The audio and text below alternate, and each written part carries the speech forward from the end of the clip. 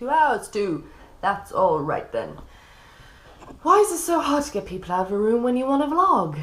I just don't know. You see, we have guest star in the background. He doesn't sit up, so he has his own pillow. Hello, Emma. Hey, how are you? I thought it was a good chance for me to actually tell you about some of the scams that we encountered in Indonesia so you don't make the same mistakes. Now, not all of these are actual scams. They're also to include things where you can get ripped off in general senses, day-to-day senses, you know. So coming in at number 1 will be the taxi situation in Bali. When you get to Denpasar Airport in Bali, you will go through your visa on arrival. Make sure you have $35 on you in cash, ready for your visa on arrival. Then you will go through like quarantine, immigration and luggage, and then you will come out with your bag to what can only be described as hell. You are basically, oh, that's not even straight. You will come to what only seems as hell, like you are a piece of meat, a bit of fleshy beef, and you are surrounded by hawks. And these hawks, sadly, are taxi drivers. So, they will try and make eye contact with you. They will follow you to the car park. Now, these taxi drivers are not metered, so you have to kind of go on their word or arrange a price before. So here is what you need to do. You need to walk straight past this huge crowd of taxi drivers. You need to keep walking through the car park over to the other side towards the main road. Keep heading that way. Keep going. Ignore everyone. Say no thank you, no thank you. Be firm but polite. Then you'll get to the Bluebird taxis. These are metered and licensed. You want a metered taxi. End of. But at least you know with a meter you're not being ripped off. So when you get into a Bluebird taxi, normally they will have their meters on. If they do not have their meter on, you demand they put their meter on straight away, or you get out the taxi. So when you get to Denpasar Airport, walk straight through all of the crowds. Trust me, you will get ripped off, like we did. Talking of transportation, coming in at number 2 is drivers. Now, you can get yourself a driver for the entirety of your stay, or just for a day, or just for a few hours. But getting yourself your own driver is actually really cool because they can take you to all these places you want to go, drive you around, and they'll sit and wait for you. But make sure you negotiate a hard price before you get in and start your day. If you have a day of activities planned, you've got it all written down, show your driver, and actually explain to him everything you'll be doing. Be very transparent with your plans, and then set a price and stick to it. Give him that and nothing more. Coming in at number 3 are porters. Now, if you're going to Indonesia, you'll probably be doing some island hopping. We went to Bali, Gili Trawangan, Gili Air, and Lombok. Now, getting boats in between these places, if you get a fast boat, that is fine because the people on board will put your luggage in and out for you. They'll put it in, and then when you get to your island tropical destination, they will put it on the sand for you to collect. Now, if you go on a slow boat, which are very little thin rowboat kind of things where everyone's just kind of crammed on, and my god, if you suffer with seasickness, do not go on one of these. Don't do it because you're Anywho, when you pull up like we did in Lombok, then porters will literally jump on the boat, grab all the bags, put them on the sand, and demand about $10 from you. I kid you not, for walking 100 meters.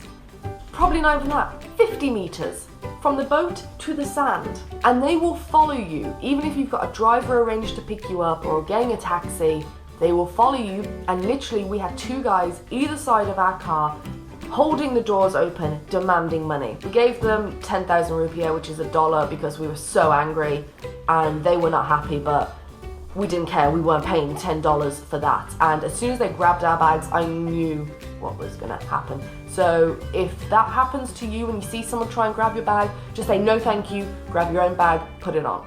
Don't let them take it, because they will demand money. Okay, the next one isn't a scam, but I think I should talk about beach hawkers. So beach hawkers are salesmen along the beach. Now, something I found really upsetting and actually quite disgusting is that we were having a drink on a beachside little hut, I believe on Lombok, Kuta Lombok, and there were kids, I kid you not, 4 years old, selling bracelets at about 10:30 p.m. And it's quite astonishing actually how amazing their English is. It's phenomenal. They speak like perfect English. But they're like 4, 5, 6-year-olds at night, up till midnight, walking around the beach, getting people to buy bracelets and sarongs. And it's really disgusting, and you don't know where this money is going. And just for the principle that kids of that age should either be in bed or they should be playing on the beach or in the water and with their friends. Just do it for the principle that 4-year-olds should not be made to work till 10:30, 11 o'clock at night selling stuff to strangers for their parents. I think that brings us on to number 5 now, and I'm going to talk about service charges. Now, service charge normally is included, but it will say on every menu. This is just a tip, something to look out for. Some service charges are 21% that they whack on top. So you think you're getting a great deal when you go out for dinner or lunch, and then you get the bill and you have a small heart attack. Next, I'm going to talk to you about scooters. Scooters are probably one of the best ways to get around the islands. Obviously, you can't go around the Gili Islands, Gili Trangin, Gili Meno and Gili Air because all transport, motorised transport is forbidden and banned on the islands. So when you go to Bali and Lombok and places such as that, and you want to get yourself a scooter, and I will tell you now, unless you feel confident driving, then don't bother getting a scooter unless you're very experienced, because the drivers are insane. Literally no road rules. If you can fit 4 cars and 3 scooters in one lane next to each other, that is what they do. They overtake on blind bends, all of that. So make sure you're confident. So if you are going to get a scooter, here are some of my tips. A scooter should cost you around 50,000 rupiah per day, give or take 10,000. 50,000 rupiah is about $5 Australian, £3, that kind of price. That's what you expected to pay a day. What I would recommend is that you get your scooter through your accommodation, if possible. They can normally, if you stay in a little homestay, they'll organise you a little scooter for $5 a day. Fine. If you go to someone else and hire a scooter, please promise me you will check that scooter. If there are scratches or marks or dents, you get them to write it down and sign that that was the condition it was in. Don't think I'm going overboard with this. Plenty of people will tell you why I'm saying this, because if you have a massive scratch, even though it doesn't affect the driving, you take that out and bring it back, they will claim that that was never there and make you fork out hundreds or even thousands, depends on how much they want to scam you, to pay for it. And you haven't got a leg to stand on because the police really don't care. And my top final actual scam is when someone tells you that something is cancelled. For example, you go to a train, a bus station or an airport and some random person who may look quite official comes up to you and says, "I'm really sorry, your train's been cancelled," or "your plane's been cancelled," or "your bus has been cancelled, you need to buy a new ticket, I can sell you a new ticket." They'll sound very convincing, they'll probably look the part, and nothing's been cancelled. They're just making you buy another ticket.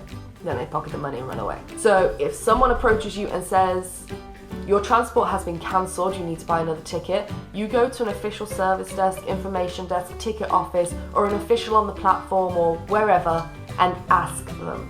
Check for yourself. So here are my top 3 tips on how to kind of avoid the massive scammers, the taxi drivers, the salesmen and all that. And it's going to sound really harsh and impolite, but this is kind of what you have to do. Rule number 1, do not make eye contact for any reason. The moment you make eye contact with them, you'll never get rid of them. 2, don't be pressured to pay for anything. Which brings me on to number 3, be firm but polite. If they see you're weak and you're like, "Oh no, thank you, I'm alright, no, Oh, that's nice, but I really don't. You'll never get rid of them, and then beach hawkers will be around you like a flock of seagulls to a chip. So all you have to do is avoid eye contact, and I hate doing that because I find it very impolite. But say no thank you and ignore them. Unless you actually want to buy something or, you know, get in a taxi with someone who doesn't have a meter, then absolutely go for it. So those were some of the top scams that I witnessed in Indonesia when I was there not long ago. And I hope this video really helps you. Now what I want you to do is comment down below and tell me what scams you've experienced in Indonesia, so you can let all my viewers, and you can all discuss down below what scams you've come across, any hints and tips how not to get ripped off. Elmo and I will bid you adieu. Don't forget, if you want to subscribe to Elmo and my son's channel, because you know we're a partnership now. Oh, don't get me started. He was demanding. He's so pushy and bossy. Yeah, partnership, whatever. If you want to subscribe, then click the button down below and get regular updates on all my travels and get some advice as well. Also, there is Facebook, Twitter and Instagram, all at Psycho Traveller, but of course the links are in the down bar below. And I'll see you soon. Love you!